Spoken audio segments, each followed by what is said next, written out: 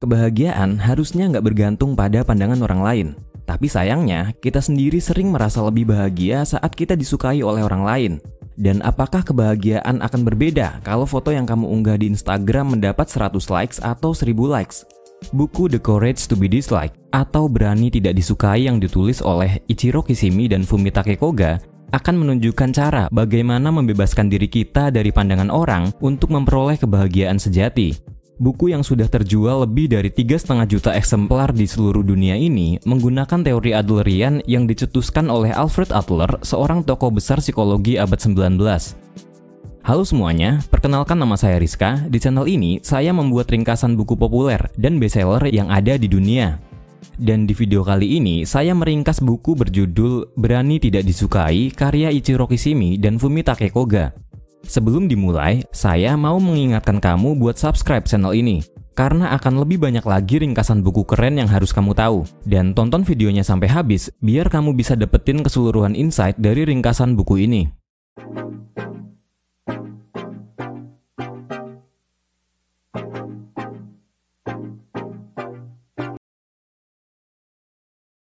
Mengeluarkan kekuatan terpendam untuk meraih kebahagiaan. Kebahagiaan adalah sesuatu yang kamu pilih. Kurang lebih begitu teori Alfred Adler.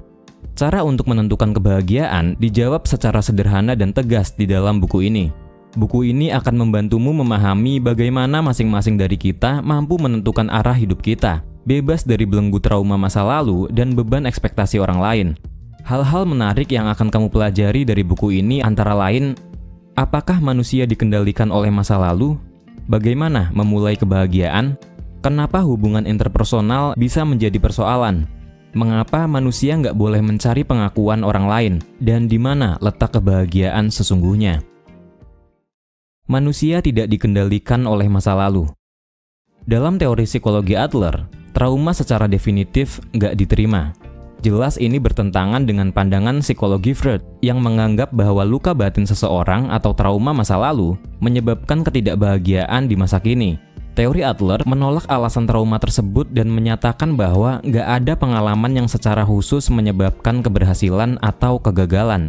Bukan berarti bahwa pengalaman trauma seperti insiden atau perlakuan kejam di masa kanak-kanak nggak mempengaruhi pembentukan kepribadian. Justru pengaruhnya kuat. Tapi yang penting di sini adalah bahwa nggak ada yang benar-benar ditentukan oleh pengaruh tersebut.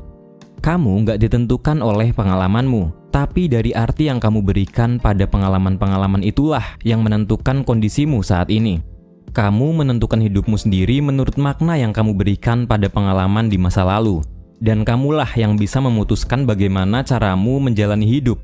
Persoalannya bukanlah pada apa yang terjadi, tapi bagaimana menyikapinya. Kamu nggak bisa mengubah masa lalu, apalagi kembali ke masa lalu dengan mesin waktu. Kamu nggak bisa memutar balik arah jarum waktu. Kalau kamu terus-menerus memilih tinggal dengan kubangan masa lalu, kamu akan terikat oleh masa lalu dan nggak akan pernah bisa menemukan kebahagiaan. Hidup sudah cukup sulit. Kalau masa lalu menentukan segalanya dan nggak bisa diubah, maka kamu yang hidup hari ini nggak bisa lagi mengambil langkah-langkah maju yang efektif dalam hidupmu. Dan yang terjadi adalah kamu akan berakhir dengan pesimisme yang hilang harapan pada dunia ini dan menyerah dengan hidup. Hidupmu bukanlah sesuatu yang diberikan oleh orang lain, tapi sesuatu yang kamu pilih sendiri. Ichiro Kishimi. Kebahagiaan dimulai dari caramu mencintai dirimu sendiri.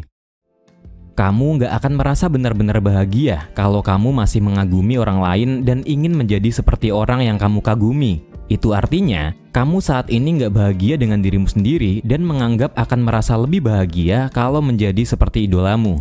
Saat ini, bahkan sampai kapanpun, kamu nggak bisa merasa benar-benar bahagia karena kamu belum belajar mencintai dirimu sendiri. Memang di luar sana akan sulit menemukan seseorang yang dengan bangga membusungkan dada dan berkata, "Ya, aku suka diriku sendiri." Tapi minimal kamu nggak merasa ingin menjadi orang lain, dan kamu menerima dirimu apa adanya saja sudah cukup.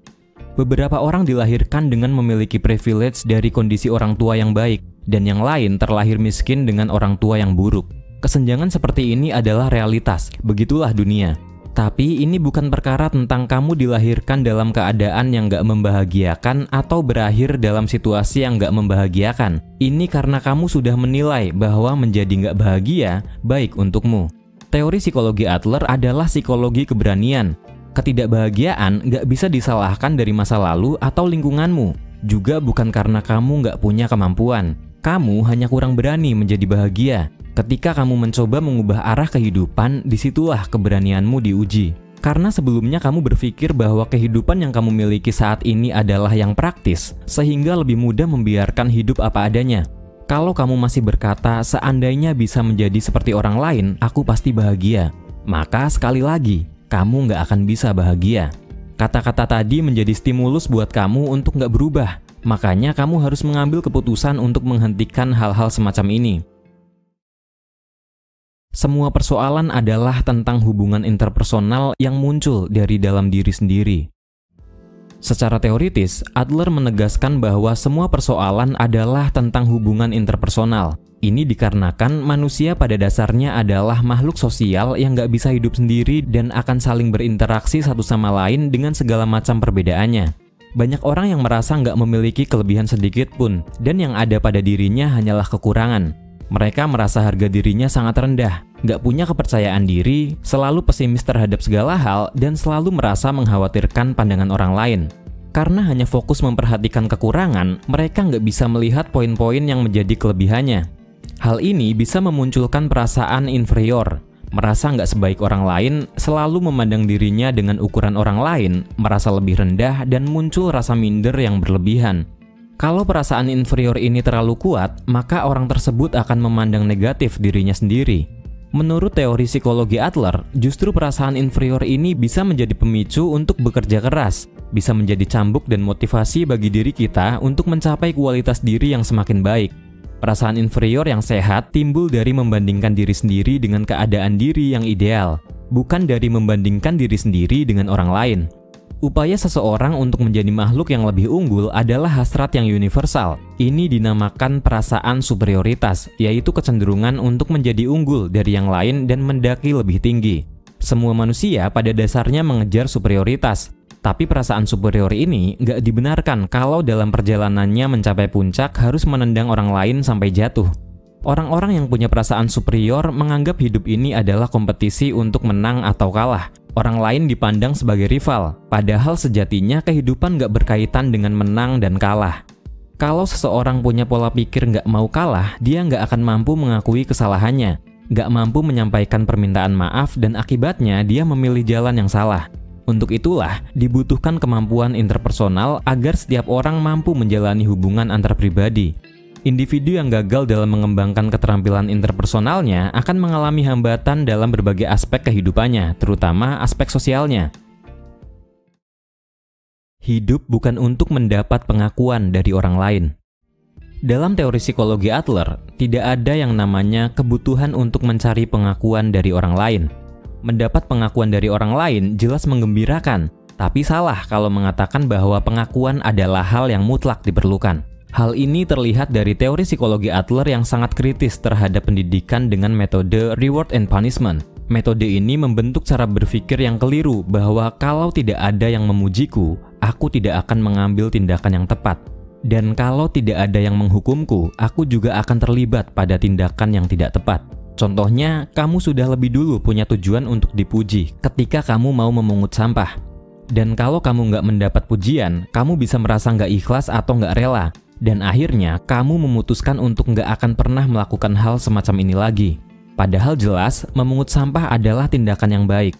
Kamu nggak hidup untuk memuaskan ekspektasi orang lain. Kalau itu terus dilakukan, maka kamu nggak akan punya keyakinan terhadap dirimu sendiri. Semua pekerjaan menjadi sulit karena kamu melakukannya demi memuaskan ekspektasi orang lain. Kamu akan selalu cemas dan takut menerima penilaian orang lain. Jelas hal seperti ini malah membuatmu menjadi terkekang. Yang bisa kamu lakukan untuk hidupmu sendiri adalah memilih jalan terbaik yang kamu yakini. Menjalani prinsipmu sendiri sekalipun dengan resiko nggak disukai banyak orang. Karena keberanian untuk bahagia menjadi diri sendiri sesuai dengan prinsip hidup juga mencakup keberanian untuk nggak disukai. Menemukan kebahagiaan melalui kemampuan menerima diri dan keberanian. Gak ada manusia yang sempurna. Manusia hanya bisa memastikan hal-hal apa yang bisa diubahnya dan hal-hal apa yang gak bisa diubahnya. Manusia nggak bisa mengubah kondisinya saat dia dilahirkan, tapi dengan kekuatannya sendiri, dia bisa berupaya mengubah caranya memanfaatkan hal-hal tersebut. Teori psikologi Adler menyebutnya dengan istilah kepasrahan positif. Kamu hanya perlu berfokus pada apa yang bisa diubah, daripada berfokus pada apa yang nggak bisa kamu ubah. Menerima dirimu sendiri seperti apa adanya kamu, dan punya keberanian untuk mengubah apa yang bisa kamu ubah. Inilah yang disebut dengan penerimaan diri. Konsep ini kalau dihubungkan pada urusan keyakinan dalam beragama, maka memohonlah kepada Tuhan agar diberi kedamaian untuk bisa menerima hal-hal yang gak bisa kamu ubah, serta keberanian untuk mengubah hal-hal yang bisa diubah. Karena kamu gak kekurangan kemampuan, kamu hanya kurang keberanian. Semua itu bermuara kepada keberanian. Inilah jawaban sederhana untuk menjawab pertanyaan manusia yang masih mempertanyakan di mana letak kebahagiaan. Ketidakbahagiaan terbesar manusia adalah ketika dia nggak mampu menyukai dirinya sendiri. Perasaan bahwa kamu bermanfaat bagi orang-orang di sekitarmu atau kamu berguna bagi orang lain adalah satu-satunya hal yang bisa memberimu kesadaran yang sesungguhnya bahwa kamu bernilai. Jadi, definisi kebahagiaan adalah perasaan untuk berkontribusi. Tapi yang perlu dicatat adalah kalau cara seseorang mendapatkan perasaan berkontribusi ternyata adalah diakui oleh orang lain, dalam jangka panjang dia nggak akan punya pilihan selain berjalan menjalani hidup sesuai harapan orang lain. Karena nggak ada kebahagiaan dalam perasaan untuk berkontribusi yang diperoleh melalui hasrat untuk diakui. Kalau seseorang benar-benar punya perasaan sudah berkontribusi, dia nggak lagi memerlukan pengakuan dari orang lain. Karena dia sudah punya kesadaran yang sesungguhnya bahwa dia berguna bagi seseorang tanpa perlu mengeluarkan upaya lebih untuk bisa diakui oleh orang lain. Kita tidak kekurangan kemampuan, kita hanya kurang keberanian. Semua itu bermuara kepada keberanian. Ichiro Kishimi. Kesimpulan buku. Kamu nggak ditentukan oleh pengalaman masa lalumu, tapi dari arti yang kamu berikan kepada pengalaman-pengalaman itulah yang menentukan kondisimu saat ini.